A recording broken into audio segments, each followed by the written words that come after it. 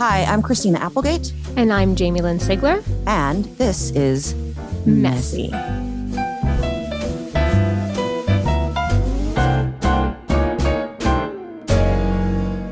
The following message is brought to you by Novartis.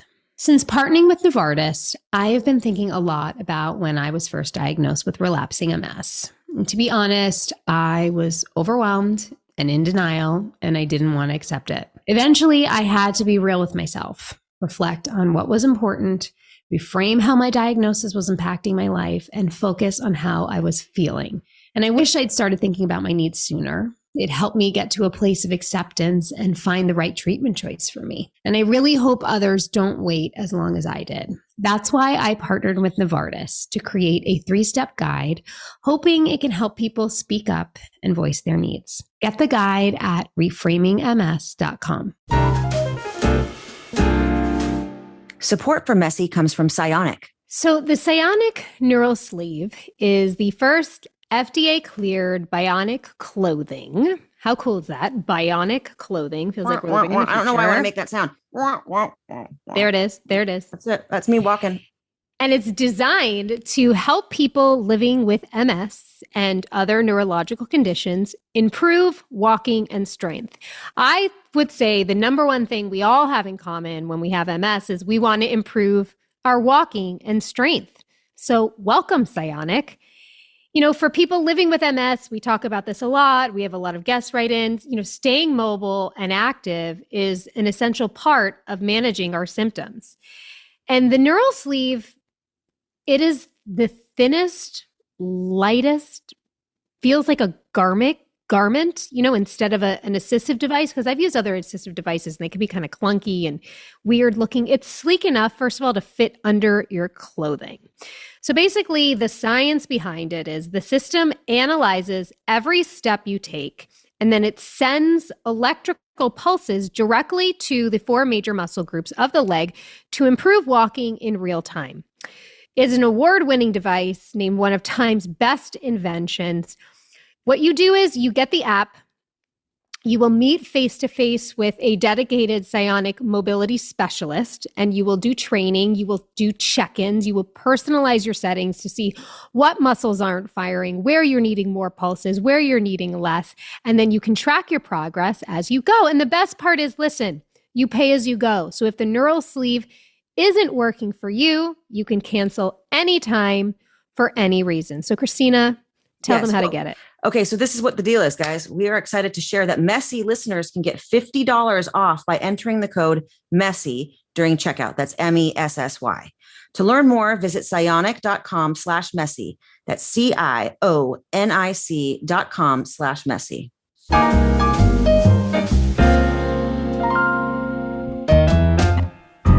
Hello, everyone. Welcome to Messy. I am Jamie. I am here with my partner in crime, Christina Applegate.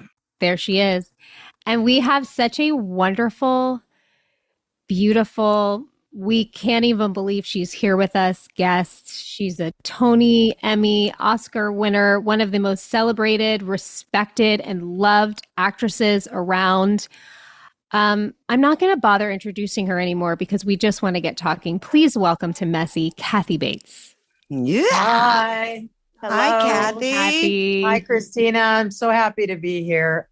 I've heard so much about your podcast for months and months and months from Kim Green, who was your makeup artist on Dead to Me. And Romy. And Romy. And they said, you've got to do it. You've got to do it. It's so great. It's so great. So they're why I'm here. Well, we are grateful to them.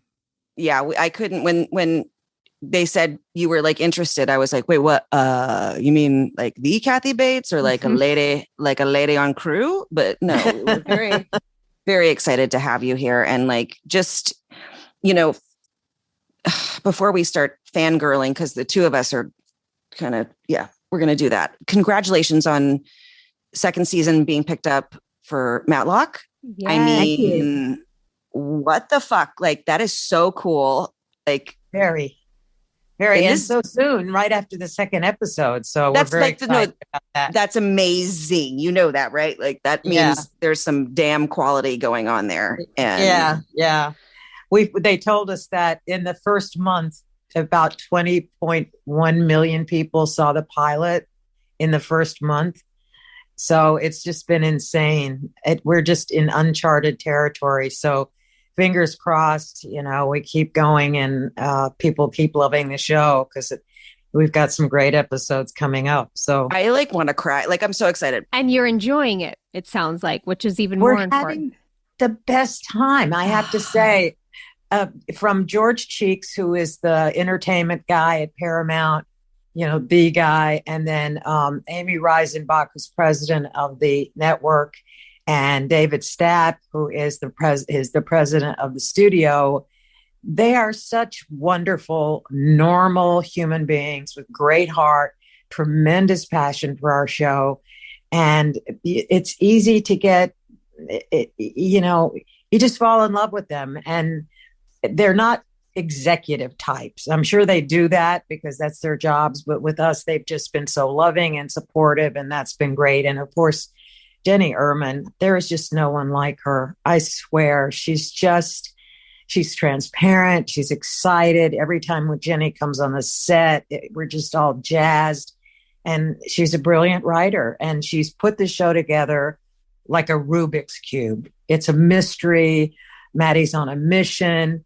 But there's also the regular cases that people enjoy every week. And the cast and crew are lovely. Everybody's just really excited about the show. And that's kind of a new experience for me late in life.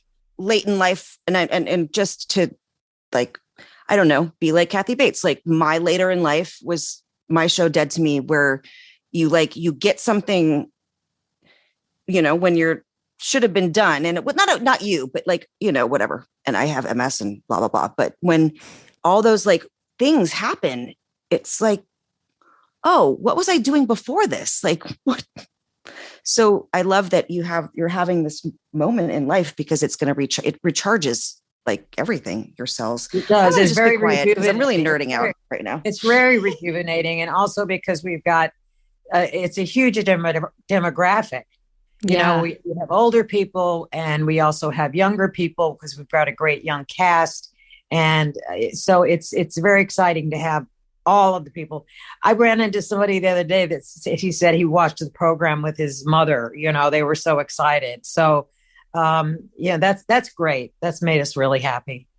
And I watched Matlock as a kid. So, yeah, I was going to say the people that are, have a, it's reminiscent and nostalgic for them, but now with a new energy. And there's just always a certain alchemy, I think, when it comes to just a success like that. Like you're saying, the show is resonating with people, but most importantly, I think it resonates with people when it feels the way it feels for you on a set. I think that translates because you're able to create and perform in a different way than had it been a different type of experience. Totally right. I mean, there's so much love on the set when we come on in the morning. And yes, the hours actually aren't too bad. I've worked on other shows where we've done 18 hours, which have been really difficult. Yeah. And this one, yes, we'll do 12 or 14 hours a day, but there's a lot of love on the show. And I think the love stems from the top. And, just it's a really amazing feeling. And I think that shows on the screen and reaches out to everybody. I wish it could always be like that because, I mean, I don't know. I've been lucky to be around great people, but I've had a couple of clunkers where you're this feels like putting that boulder up and you're isn't it so nice when you enjoy everything about it, from every single person on the set. So that makes me very happy that this is happening and that you're also with Kim and Romy because I love those two ladies and we've been together for a long time. Yes, that was what they said. They love you. They just love you. There's something that we do, and we're going to get back to so many things, to cover so many things. But one thing we like to do on here is ask the question, who was little Kathy? So I like to think about 8-year-old Kathy.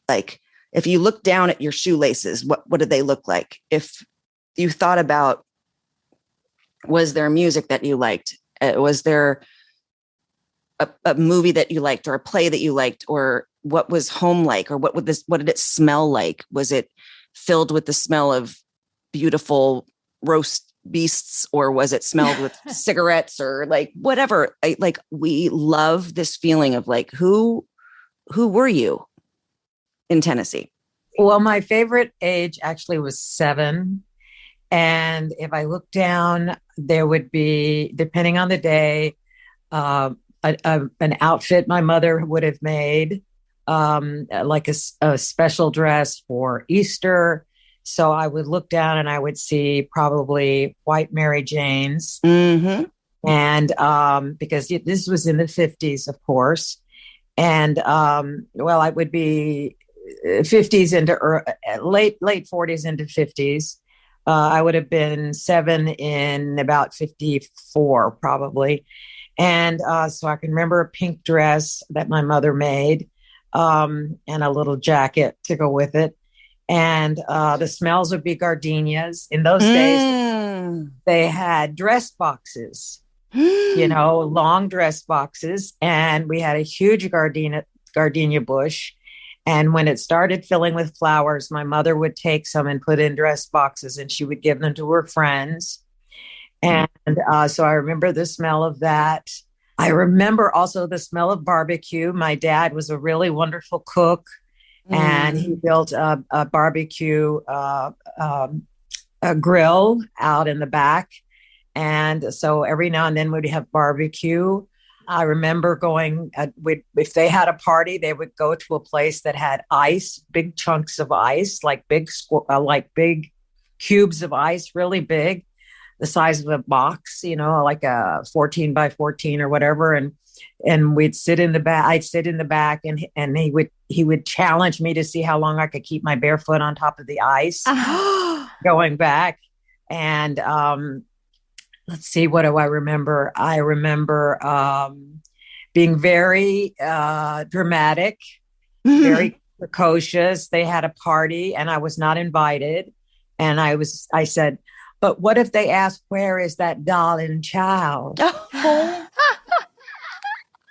So, I was very, and I have a picture that was actually much younger of me, probably 3 or 4, on Halloween, and they put a pillowcase on me and cut the eyes out for a ghost.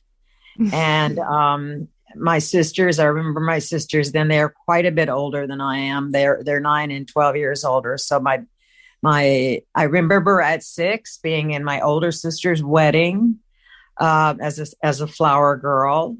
Wow. And so I think those were the best moments. I loved being 7. That was my favorite time of life. I felt very embraced by my family. And I remember my Dale Evans costume I wore, and I have one of my sitting on my Uncle Walter's lap with my Dale Evans outfit on. So that was me at 7. That was the best answer to Who Was Little You that we've ever had. Ever. Of all the amazing people we've talked to, that was like, I'm there right now. I can smell the barbecue. I can feel the ice on my feet. And also knowing, where's that darling girl? Yes. So obviously you had a flair for the drama, and you have a vivid imagination, which is clear. But when did you start to fall into, I know that you started with creative writing. Is that what sort of was your foray into theater and performing? I loved to write. We had an attic that was, there was plenty of room to walk around and stand up, and there was a window at the end of it. And I had a little desk there, and I loved to sit at the desk and write. But that was when I got just a little bit older. I remember taking ballet classes when I was young. So I think I was always interested in the dramatic aspect of things. And when I got to high school, I remember my sister Mary, who was just 9 years older than I was, when she was in high school, she worked and she did plays with a wonderful teacher named Gene Crane. And he was just the best. He was the coolest guy in school. And he always wore loafers, which was like, a rarity. And when we got older, Madras shirts and stuff. and he would call us beasts. And we had his speech class, and he was a wonderful director. I think he must have gone to New York when he was younger to see if he could try his hand in the professional theater, and then came home to Memphis. But I started working with him in high school, and that's when I really started working on stage, playing older characters, and I fell in love with it then. And theater was how you began. You moved to New York and started on the stage? Yes, theater was actually, I went to school at Southern Methodist University. And when I got there, they were developing a real conservatory. It had been just a couple of classes a week for an elective for everybody at the university. And Dr. Hobgood and Jack Clay turned it into a proper conservatory. So it was the perfect time to be there. And more than anything, to be taken seriously as an actor. I remember our first year, I don't believe our first year we were able to do any of the plays that they had for audiences. We were really just learning. We were first year students. And I remember Dr. Hobgood, we used to call him, said, it's going to take you 15 years to do this. He said, it's like being a doctor or a lawyer. You're going to have to learn your craft. You intern, you develop your skills. You work in theaters as apprentices, and then you develop your clientele like these doctors and lawyers would do, and you get a good reputation, and then your career develops. And I have to say, it was about 15 years that I really had command of my own craft. Wow. So it was an amazing experience. We studied Greek theater and Chekhov and Shakespeare and what they call period styles. We would learn all of the costumes and the plays from that particular period and study them. And it was just invaluable. It really started me off in a very serious way that this was a worthy profession. And hearing that from an older person gave me the roots to develop my craft, because I had talent, but I didn't have the skill yet. I didn't have the technique. I didn't have the tools to do my work and to understand how to develop a character over the course of a play. And that was the goal.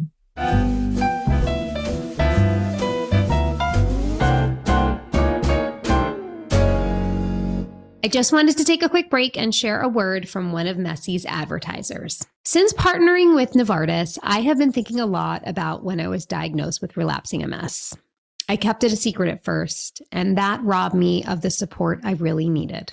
I finally found the courage to open up about it and quickly learned the importance of speaking up. That means making your voice the loudest in the room. You have to find an MS specialist who's the right fit, who makes you feel seen and heard. It's kind of like dating.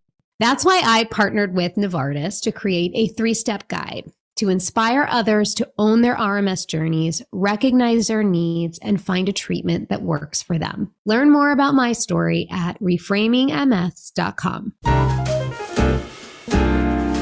Messi is sponsored by BetterHelp. This month, November, is all about gratitude, right? It's a month that is supposed to remind us, keep us in our gratitude.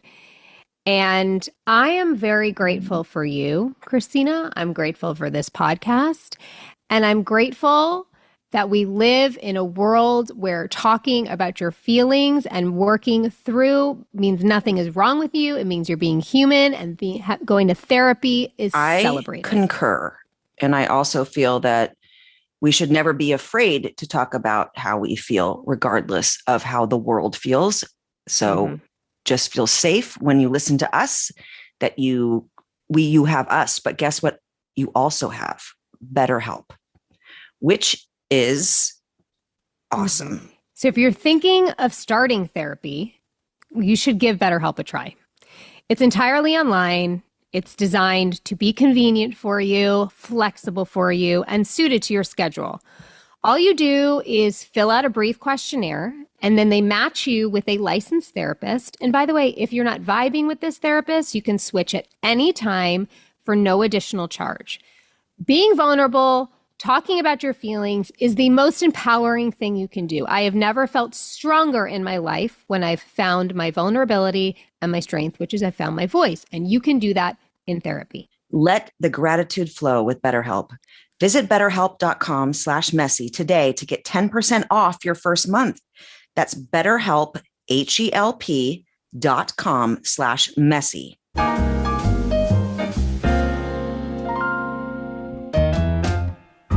No one is better than developing a character than you, Kathy. I truly believe that, because if I can think of all of the movies and programs that you've been in, you embody a character like no other.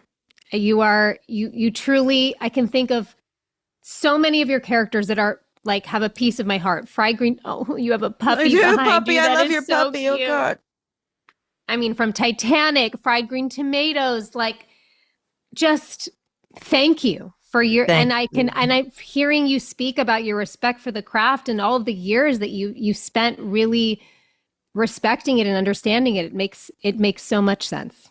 Oh, well, thank you. I've been very lucky. I had talent, like I say, but it really took me a long time. You know, there were moments when I just didn't feel like I couldn't open my mouth. So it really was a struggle for me, you know, to develop, and then really to start getting hired, because I was not what you call a beauty queen, and but we can get into that later. Thank you for that. I appreciate it. I had kind of an odd career because I've played so many different characters and sort of cobbled together, and but I'm grateful for that, and I've learned a lot on the way. I was going to say, first of all, you know, you starting in writing, you talk like a writer. Like when you were just explaining things, you talked about this man's loafers and things like that's such a beautiful thing to talk like a writer. You know, it might, for me, I sometimes speak like that and my friends get super annoyed, but because I have to like do all the details and make all the smells. But I was thinking that about you, which I think about you oddly a lot, because I think you're one of the greatest actresses that's ever lived. And, you know, there's these kids out there and they're not training and they're not taking it seriously and they're looking at the brass ring. But when you go into that place, you have sustainability, and you have been doing this for decades because you're that fucking good. Like, it's crazy. I mean, there isn't a taste of one character to the next character, the next character. It's always different, but your soul always comes through. And as an actress looking at you, I appreciate that. And you give me, well, I can't act so much anymore, which we'll get into you and I have a lot in common, other things, but thank you for just being good at what you do. And that's why that's your forever job. Yeah, I thank you. I really do. It is my forever job. Sometimes I think it's what I have. It's my life. I pour everything into it. I'm single now and I don't have kids, and this is my life. It's what I have. It's what I do. It's what makes me happy. I feel useful. I feel like every day, if I can do a good job, I've paid the piper for the talent that I've been given. And so thank you for all of your kind remarks. I really appreciate it. Before we get into, you know, what our intention with this podcast, which is to talk about things that people have to, you know, endure, persevere through. It's the human experience. Was there ever a moment in your career, or have there been moments in your career where you've ever questioned what you're doing, or ever felt any frustration or fear around longevity in it? Because really, like Christina said, I mean, to work as long as you have, as consistently as you have, and as wonderfully as you have, you know, that's not common. Well, at the very beginning, I worked in Washington, D.C. at the Folger Theater. We did a Shakespeare play. And there were lots of moments, Jamie, where I felt, I'm not sure I want to do this. It's self-aggrandizing. And I sort of lost Hobbes' message for a while. And I felt... Writing that word down, sorry, because I've never heard that one. And I'm a word nerd. So, yeah, I felt like there were many moments when I said, I don't know if I want to do this. And then I would get a job that would pull me back in. So I thought, okay, I'll keep doing it. And then much more recently, like 12 years ago, when I had breast cancer and my show was canceled, and I thought, wow, maybe this is it.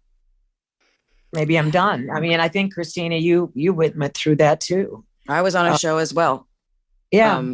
I heard that you went through an incredibly rough time. Not as much as MS. I'm gonna just preface that, not poo-pooing on cancer, but just not as bad as this. But yeah, I was in the middle of production, and found out and had to go through double mastectomy and all of that while, still going back to work, 2 weeks later, 3 weeks later, and trying to keep it quiet. And then also, I don't know if you felt like this, like I was outed before I was ready to be outed. Someone had seen me in the hospital and I wasn't ready to speak about it. And then when I did, I faked it. I faked this warrior breast cancer lady, and I started a foundation and I did all this shit that was a lie, because that's not how I was feeling. I wasn't feeling strong and I wasn't feeling okay. And eventually, I found a way to go, you know what, guys, this is how it actually feels. And I think that did more good than bad, than being I'm going to be one of the quotes that you say is someone didn't want you to be a poster child for it. And I think that's how I felt. It was my way of kind of dealing with it, was to go on Oprah and be like, oh yeah, my boobies are so high up and bloody, bloody, bloody. And then I'd go to the dressing room and fall into a wall crying my eyes out because I was not strong and I was upset and I was sad for my amputation. I was all those things. And eventually, after starting my foundation, which actually did a lot of good, it gave MRIs to women who were of high risk, but for years and years and years, I just finally went, fuck this. I got to talk about it's scary and it sucks.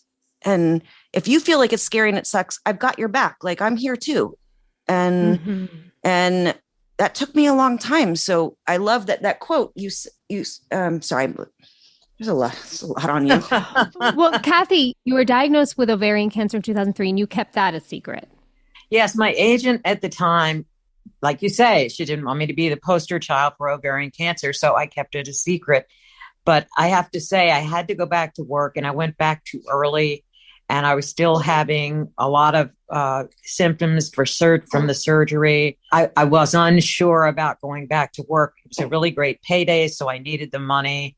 And I was still having gastro problems and irritable bowel problems. And so, I mean, the upside was I got to wear makeup and hair every day because I had lost my hair. And when I went through cancer, I was on chemo. And so my face was really white and I lost my eyebrows. So the great part about it was that I got to have makeup and hair and look great every day. Because the weekends I looked just the opposite and I didn't have the energy to do all of that from the chemo. And my friend Lynn Redgrave, who was battling 5-stage cancer, said, you have to do this. And I said, why? And she said, because your character doesn't have cancer. So you can spend those 10 or 12 hours being somebody else and you don't think about it. And, because I felt also, here's what I felt. And I don't know if you went through this, but I had a couple of friends who were really great at the beginning and who helped me go to chemo and all of that. and one of them stayed and read books to me. But then I think they dropped away a little bit because they got worn out and they thought it was going to be over quickly. Did you have that experience? There's something that Jamie and I, I don't know if you've ever even listened to our podcast, but, if you're bored, whatever, we talk a lot about the question, how are you? And that most people don't really actually want to know the answer to that. Mm-hmm. Or don't have the energy or space to hold for the actual answer. So, and that's big because I see it in people's eyes when they say, how are you? And I think they just want you to say, I'm fine, I'm good, moving on. But if you say, I feel like, sorry, I cuss a lot, by the way. I feel like fucking shit today and today sucks. Then it's like, wah, wah, and then they just want to run. And that's kind of like this thing that Jamie and I speak about a lot is who really wants to know how you are. And I always want to know how she is. And she can tell me whatever she wants to tell me and vice versa. And with Allison and with anyone that I love. But the ones that just want us to be okay, they're afraid of us being broken because that makes them uncomfortable. So it's like that thing of, I had someone when, not to make this about me because it's your interview and we love you. But anyway, bing, bang, boom. I told someone I was going to have a double mastectomy and they said, ew, gross. Oh my God. And it was my boyfriend. Oh God. He's dead. So we can talk about it. It's fine. Oh my God. It's totally fine. That's a fun little tidbit. Yeah. He said, ew, gross. And you're like, okay, so rather me be dead or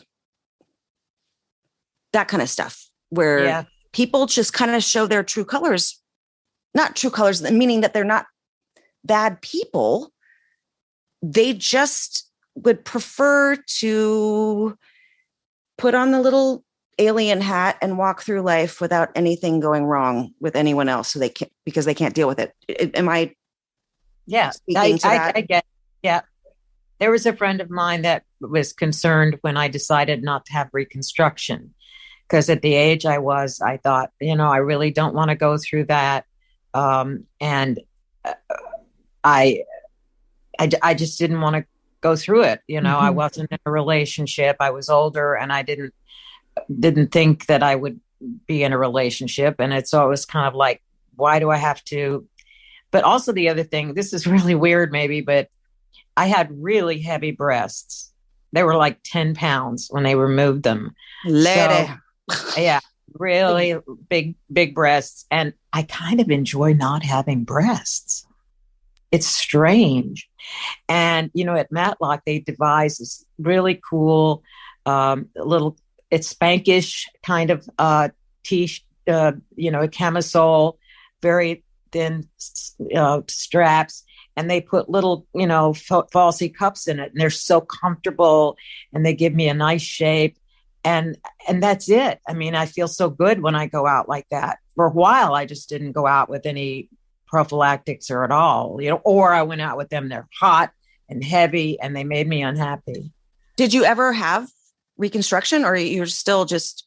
Oh, okay. Yeah. That's awesome. No, I never had any. And for a while I was thinking, ooh, I want to get a tattoo. But then because I was dealing with lymphedema, of course you can't do that. Oh, which I want to talk to you about that because that's like my biggest fear. That was a drag. Did you do reconstruction? Yeah.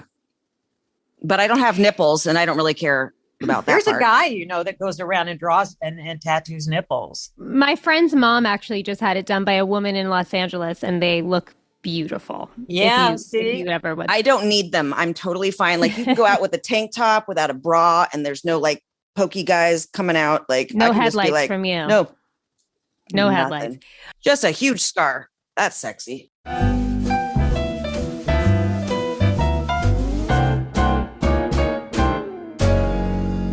Support for Messy comes from Public Rec. All right, ladies, listen up. If you're like me, holiday shopping for your man usually means stressing out over trying to find something that he will look sexy in, but also something he'll actually wear.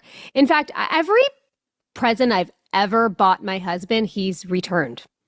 But not now with Public Rec, because my guy doesn't want stiff, uncomfortable pants squeezing his family jewels. And you don't want him looking at like a slob at your holiday party, do you? Well, you're in luck, because Public Rec has developed pants that feel as comfortable as sweatpants, but look nice enough that he can wear them anywhere.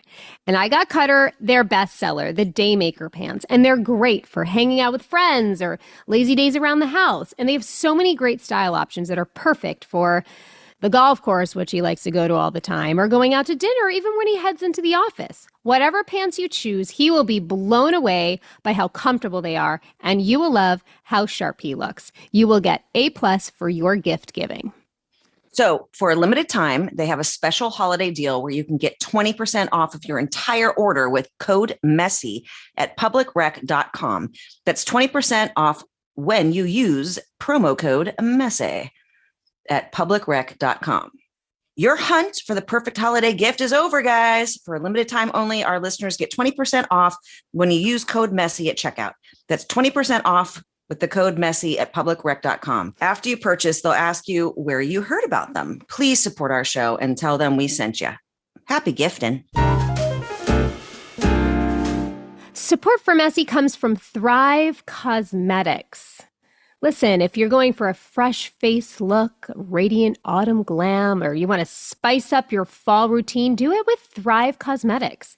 Because Thrive Cosmetics beauty products are certified 100% vegan, cruelty-free, and they're made with clean, skin-loving ingredients, high performance, and trademarked formulas that are uncompromising standards. So it's easy to see why their bestsellers have thousands of 5-star reviews. Personally, I am obsessed with their Liquid Lash Extensions mascara. It's the only mascara I use. It's the only mascara I've been used forever. It lasts all day. It doesn't clump. It doesn't flake. It comes off so easy just with water, warm water. Slides right off your lashes. It also has nourishing ingredients to support longer, stronger, and healthier looking lashes over time. And their flake-free tubing formula dramatically lengthens and defines your lashes from root to tip. I'm obsessed, like I said. It's the only mascara I've used for years. So brighten up your fall look. Check out all of their products with Thrive Cosmetics, luxury and beauty that gives back. So right now, you can get an exclusive 20% off your first order at thrivecosmetics.com/messy. That's Thrive Cosmetics, CAUSEMETICS.com/messy for 20% off your first order.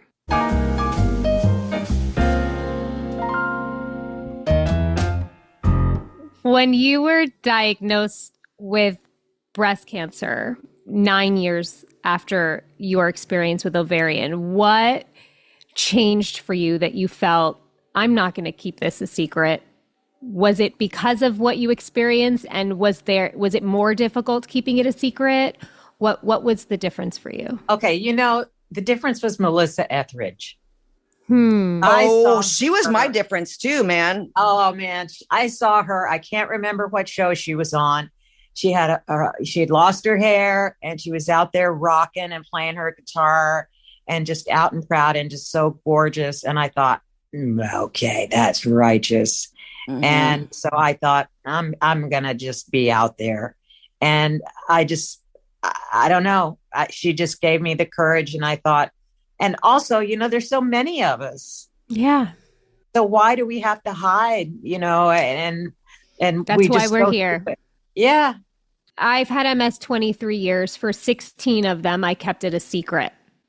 And I saw this quote that you had when you were talking about lymphedema, and you said, going out in public wearing a compression garment, especially when people aren't educated, can sometimes be more painful than hiding the disease itself. And I think that all the years of hiding it was incredibly painful, because you start to develop all these feelings of shame and guilt that you have no right to feel around what you're going through. And it's true. You just saying that, and you being able to just say, yes, this is what I'm living with, and this is what I'm going through, and being able to show people that, empowers so many people, including me, because I'm still figuring out how to live in public with MS. I'm still figuring out how to accept myself with that and move forward with it. And I'm grateful to people like you, and to hear that you had that moment because of somebody else like Melissa Etheridge. It's beautiful. Yeah, I think we teach each other, don't we? Yeah. And I think that I remember being in the waiting room when I had gone in to have a checkup after my mastectomy. And there was a beautiful woman there with her husband and her family, and she clearly just gotten the news. And I remember going over to her and saying, "It's going to be okay. It's going to be okay." And in some ways, it's been the best thing that's ever happened to me, because I can translate it. And you guys must feel this too.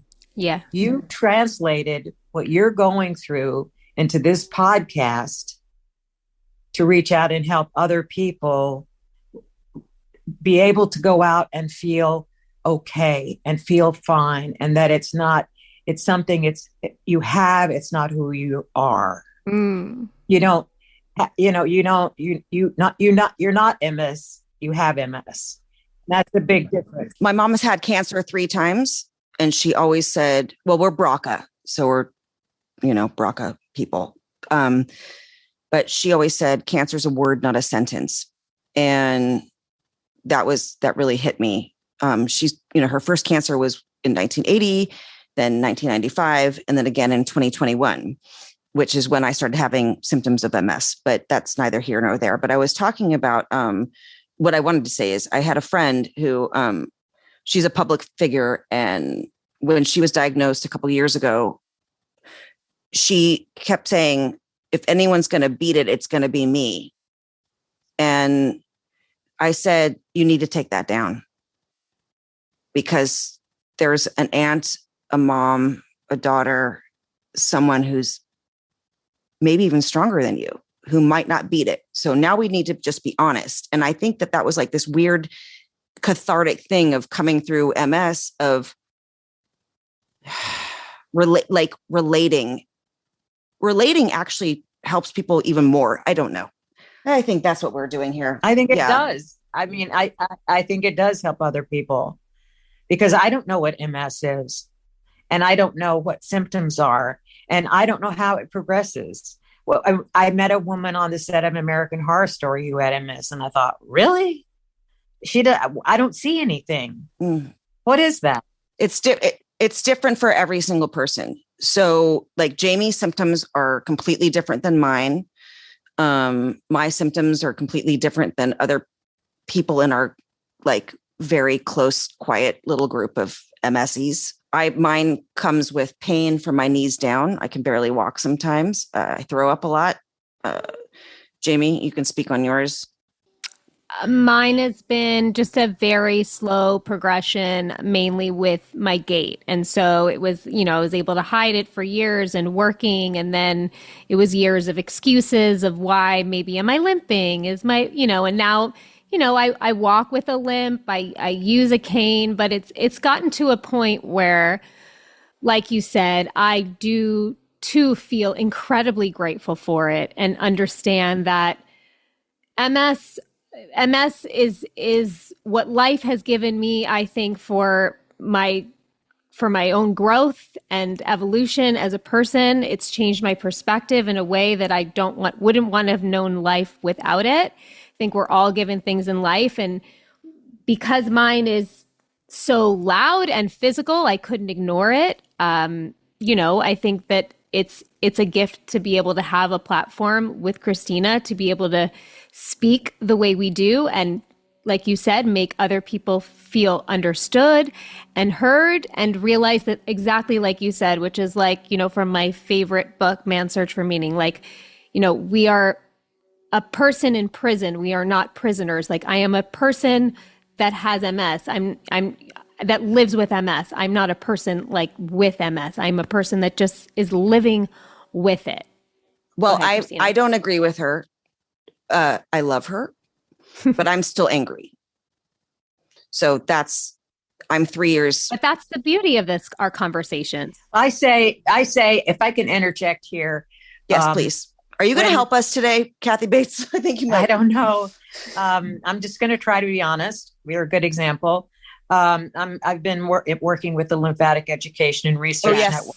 We want to talk. So for me, very simply, is that I got the chance to live in the real world and not just in the imaginary world. Mm-hmm. The imaginary world gave me a name like you guys have.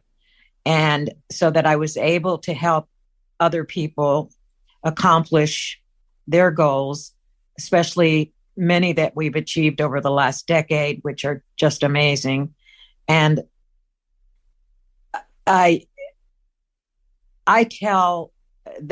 we call ourselves Lympies. And I tell the people that we come and lobby Congress for help, our pain is our power. Mm-hmm. And we've been given that opportunity to enlighten other people with that power. And it keeps me from thinking I'm a victim of something. And that it is, like you said, Jamie, a kind of gift that you've been able to share with other people. And that's a wonderful thing. And you're doing it in the real world. You're not playing a character. May I ask a question, Kathy Bates? Uh-huh. Because I could be prone to lymphedema, and we're always kind of careful with that, but I've never listened to my doctors and I tune them out. Can you please explain what exactly that is so that our listeners understand the causes, the symptoms, and all those things? Yeah. Sorry. I'm so confused. I actually got in touch with Bill Rapisi, who's our CEO for Learn, which is what we call it.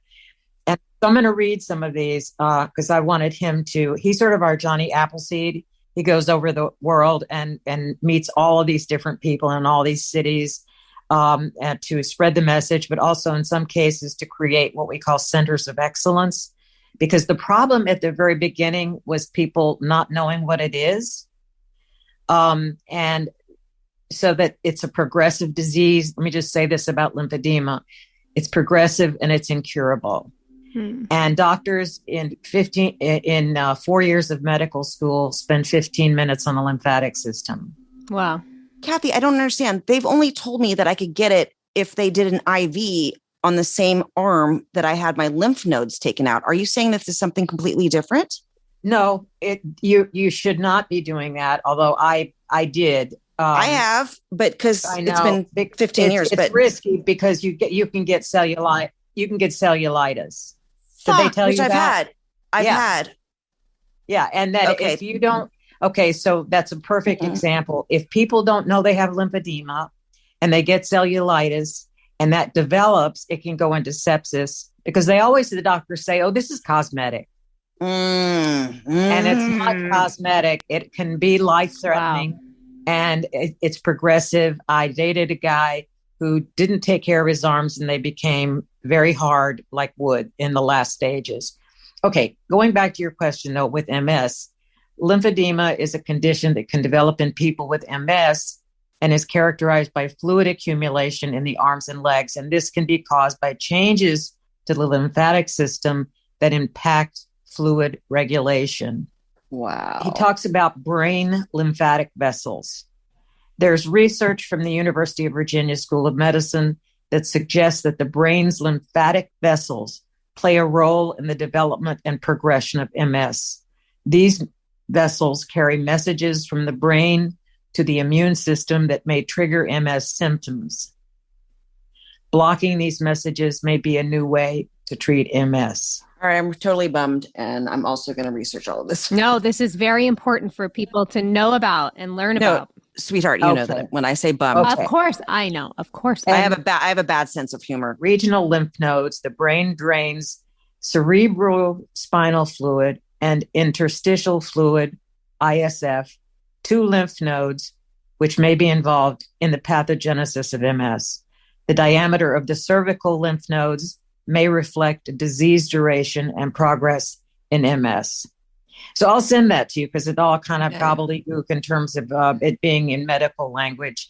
And you should know too that they've only recently discovered that the lymph system goes up into the head, which is kind of like oh, really? I mean, anyway, it's the frustration has been incredible.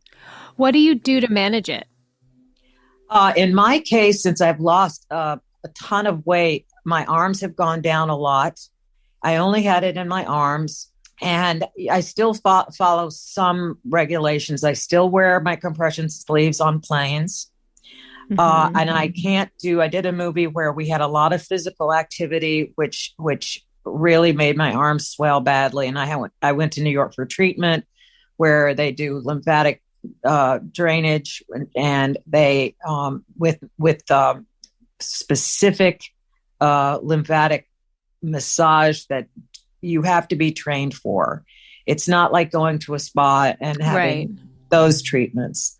What do you guys do? Do you have any involvement like that, Jamie, in your legs in terms of swelling? Or no swelling? Mine is spasticity, just sort of tightness. So, it's one of those things that if I'm being really good about stretching and really good about movement, I move better. But there's times where I burn out, to be quite honest. I burn out in feeling like I'm constantly having to take extra care of my body when I have 2 small children and a life and a career. And you kind of rebel against the fact that you get a little mad that you have to do this. And, I do my best. I give myself grace when I need to, but, when I am working, I tend to be more responsible with it because it's not just about me. I have a responsibility to show up and be in the best shape that I can. And I've, really grateful that when I do work, I have a lot of support. And I think that I was so afraid to come out about MS because I would feel like a burden on a set. But I have to say that people love to help. And it's been a beautiful exchange to see that I'm not a burden and that it is people's pleasure to make accommodations. And in turn, I'm able to do better work now because I feel safe, in my body and in my surroundings. And, it's trial and error.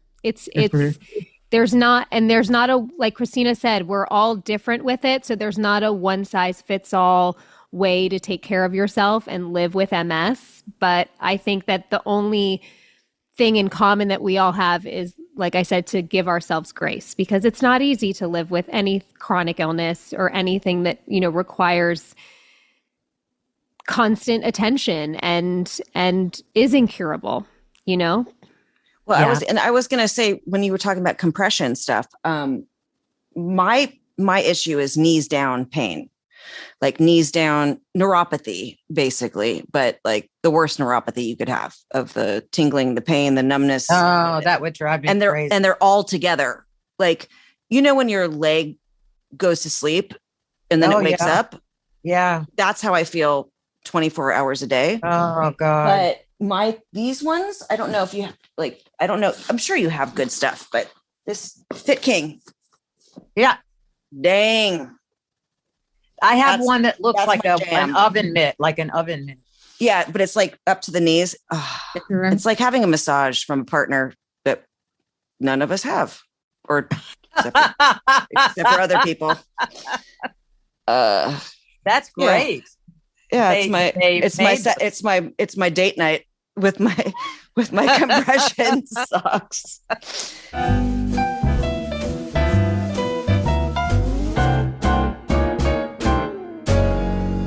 Massey is supported by Lola V. It's an award-winning hair care line founded by the ever fabulous, ever iconic Jennifer Aniston.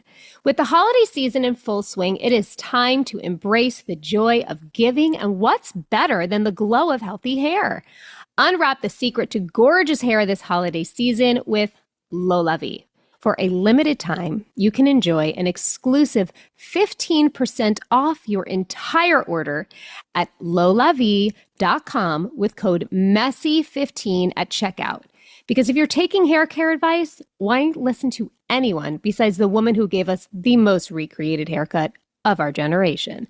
Listen, our friend Jen, she got tired of the same old struggles we all face, choosing between hair products that work and ones that are actually good for us. So she set out to create LoLavie.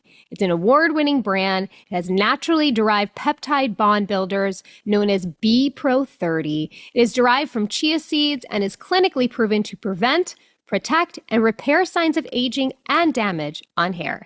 It combats damage right where it starts. It's guarding against dryness, breakage, while delivering high-performance results. And don't get me started on the smell. It smells so good. I personally love the hair oil, their shampoos, conditioners. There's something for everyone.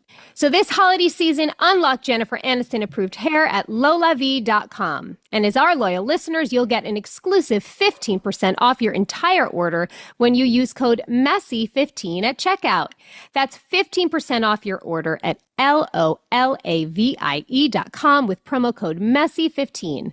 Please note you can only use one promo code per order and discounts can't be combined. After you purchase, they'll ask you where you heard about them. Please support our show and tell them we sent you. Your hair will thank you.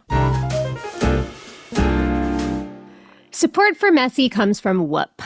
As you all know, we have been on the hunt for ourselves and for you for the absolute best products in the health and wellness space. And we've recently started using Whoop, one of our sponsors for today's episode. So Whoop's calling card is in their recovery and sleep tracking. Each morning when you wake up, you get a recovery score from 0 to 100 that you can think about, as your guide for you to approach your day. And when you get started on Whoop, you set goals for yourself. So whether that's improving your sleep or recovery, training smarter or harder, or just simply feeling better, Whoop learns your body's baselines, learns your body's patterns, and it coaches you with custom recommendations on how to tailor your lifestyle, your habits, your training, and more to unlock your health. I say it time and time again. If somebody could just tell me what to do, I would do it. Well, now we have it with Whoop. And also 87% of their members say that they feel healthier with Whoop. And the longer you wear it, the smarter and more personalized the algorithms and feedback you get. So head to join.whoop.com/messy. Whoop is spelled WHOOP to get started today with a free 1-month trial. That's join.whoop.com/messy to get started with your free 1-month trial. Hi guys. Guess what? What? We have merch. That's what the young people say. They say merch because they don't have time to say merchandise.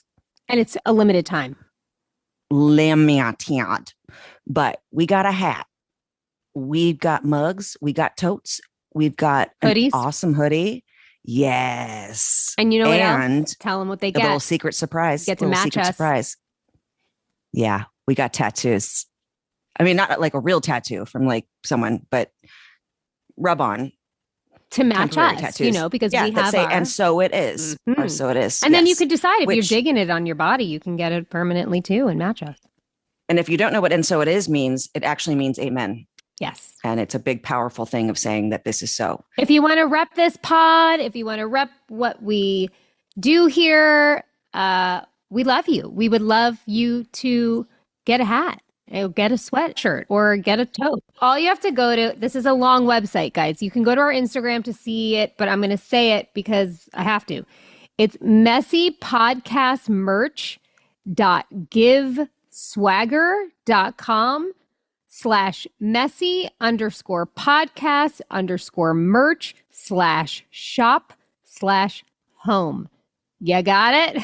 I hope so. I just took 7 MS naps. It'll be in my bio. We'll have a link to it in the episode description, so you can scroll down and click that, or you can just go to Messy Podcast on Instagram, and all the info will be there. There you go, guys. Buy our merch.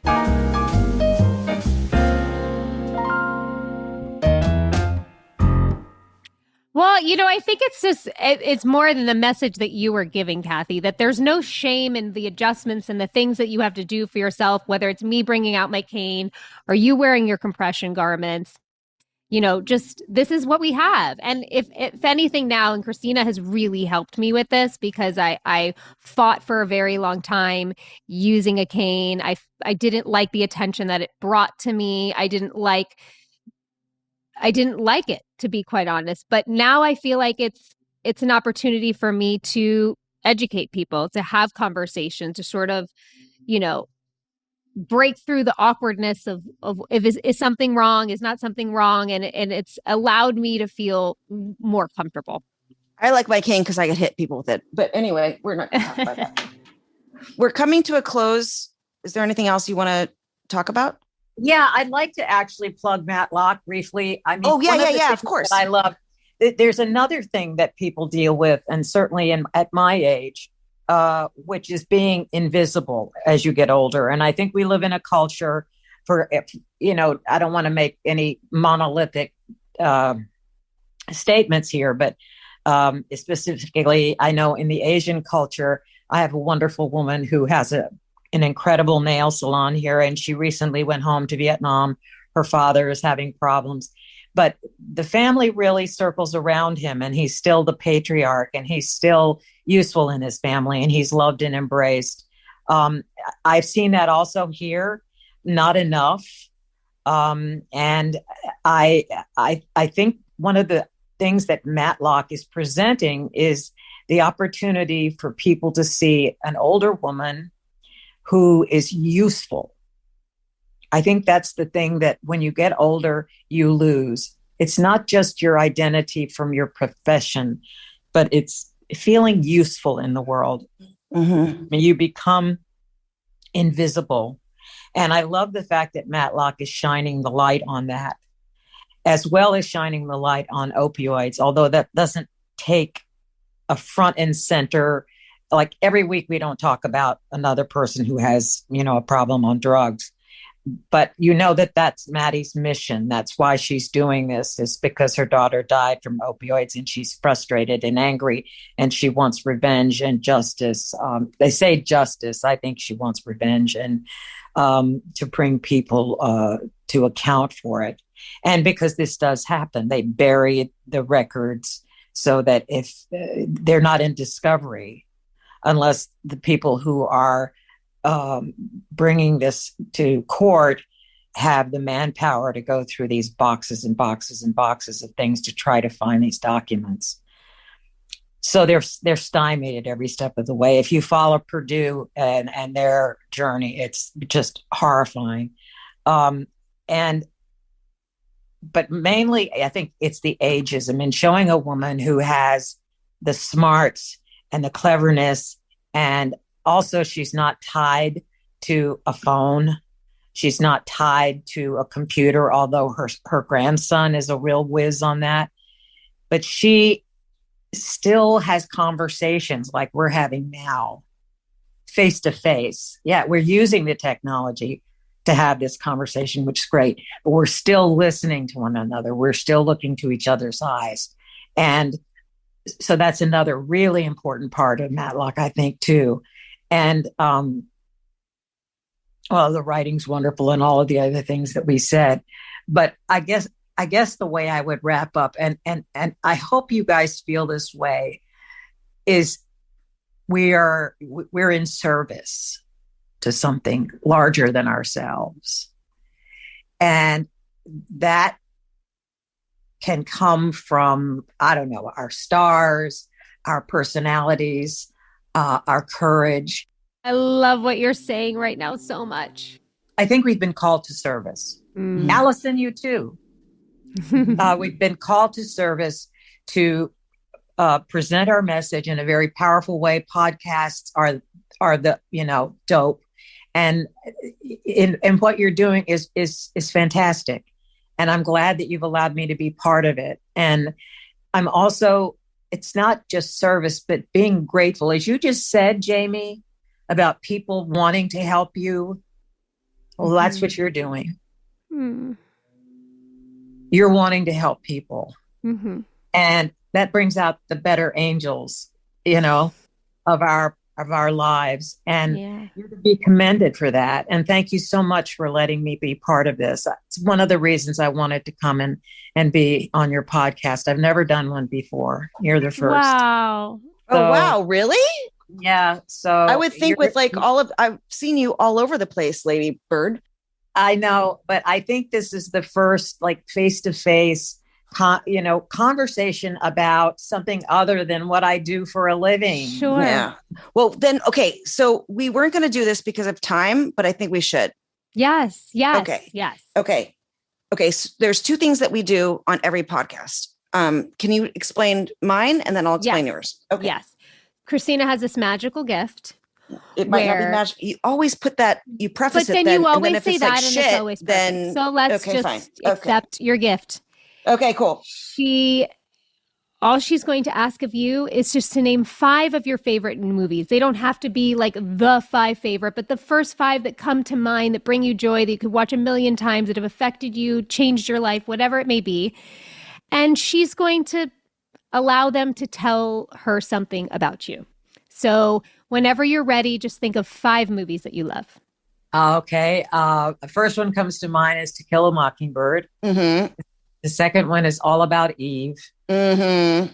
I love that one. And I have to say, and this is a new one, and it's a documentary, and I was feeling a little doubtful about things last week. And, it's exciting to be in a big show, but sometimes you wonder, okay, are they going to like the next episode or the next episode? And so you can't tell me all this stuff. That's not part of it. You guys got to tell me that. You're just going to tell it to me. Here's the thing. I found an absolutely new favorite. It's music by John Williams. It's a documentary about John Williams and his career. The composer, right? Yes. Okay. You have to see it. It is the most inspiring. What's one that makes you laugh? One that makes me laugh. You're ruining it, Jamie. Okay, Tropic Thunder. Tropic Thunder. I love Tropic Thunder. That made me laugh really hard. And oh my God. Okay, what's another one? Oh, this is it. It's a Brad Pitt, and it's when he plays the devil. Okay. All right. You guys talk for 2 seconds. Let me just figure this out. It's Meet Joe Black. Meet Joe Black. You guys talk for literally perfect 60 seconds while my brain Kathy, translates. Tell everybody what nights Matlock is on, what time, where they can watch it, please. They can watch it on Thursday nights, and it's at 9 p.m. on CBS, and they can then also watch it on Paramount Plus. Amazing. And it just got picked up for a second season. And again, we couldn't be more grateful to you. It's always so lovely to have conversations with people that you admire for one reason, but then find so many more reasons why you admire them after you talk to them. That's so very sweet of truly, you. Yeah. Thank you so much. Thank you. It's been a real pleasure to spend some time with you. I wish we had more. Thank you so much. Okay, this is going to sound really weird, Kathy. Okay, she's going to give you her reading now, Madam Christina. Okay, this is going to sound really weird, but I think that okay, this is just what's happening. You've had an issue with like total abandon, like not abandonment, abandon, where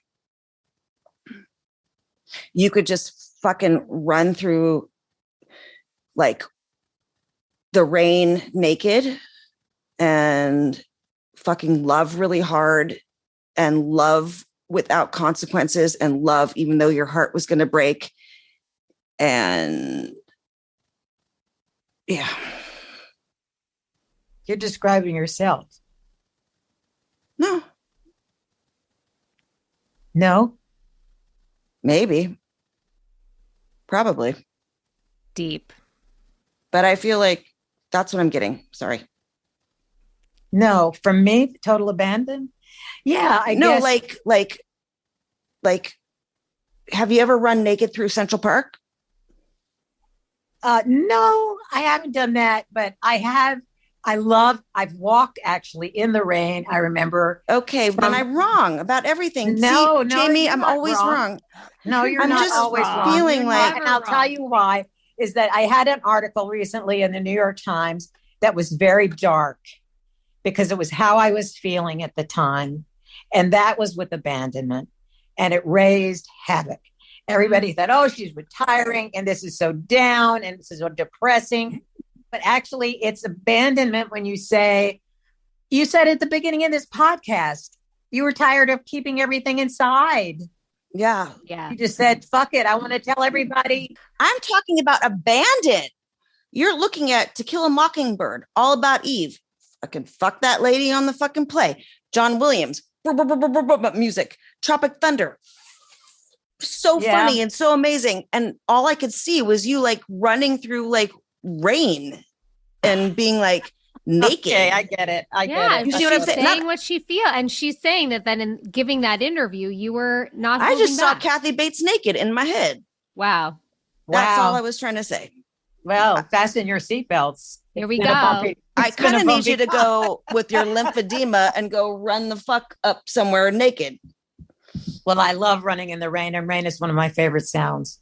And there you go. And I love wonderful music, and Meet Joe Black has an amazing score, and I love Anthony Hopkins, and I love Brad Pitt, and I love Betty Davis. Okay, then you need to go running naked. We all have to go running naked. That's what I'm seeing. Well, from I these, can't these run, movies. but Sorry. I'll hobble behind you. No, I can't run either. I'm gonna like hoppy steppy with you. I can't wait. It's a date. I love you. We got guys. it. We're gonna be We love naked. you. And so we're going to end. One last Kathy, thing. I pull a card each week from a random card from this beautiful deck that I have of inspirational quotes. And usually it pertains to the conversation we had. So we'll see if this one does. And we'll send you off. Okay. If you have anything really valuable to contribute to the world, it will come through the expression of your own personality, that single spark of divinity that sets you off and makes you different from every other living creature. How beautiful. That's gorgeous. And you have done that in spades, Miss Kathy Bates. Oh, thank you. Thank you, guys. We love you, Kathy Bates. I love you guys too, and keep on doing this. It's wonderful. It truly is. We love you, Kathy. Thank you. Thank you. And so it is.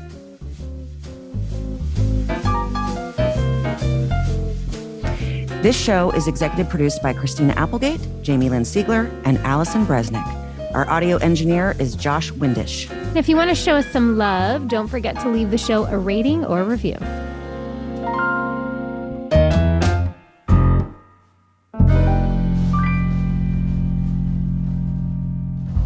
Hi, it's Jamie. Thanks for listening. I just want to let you know I am a paid spokesperson for Novartis, but this podcast is independent from my collaboration with Novartis.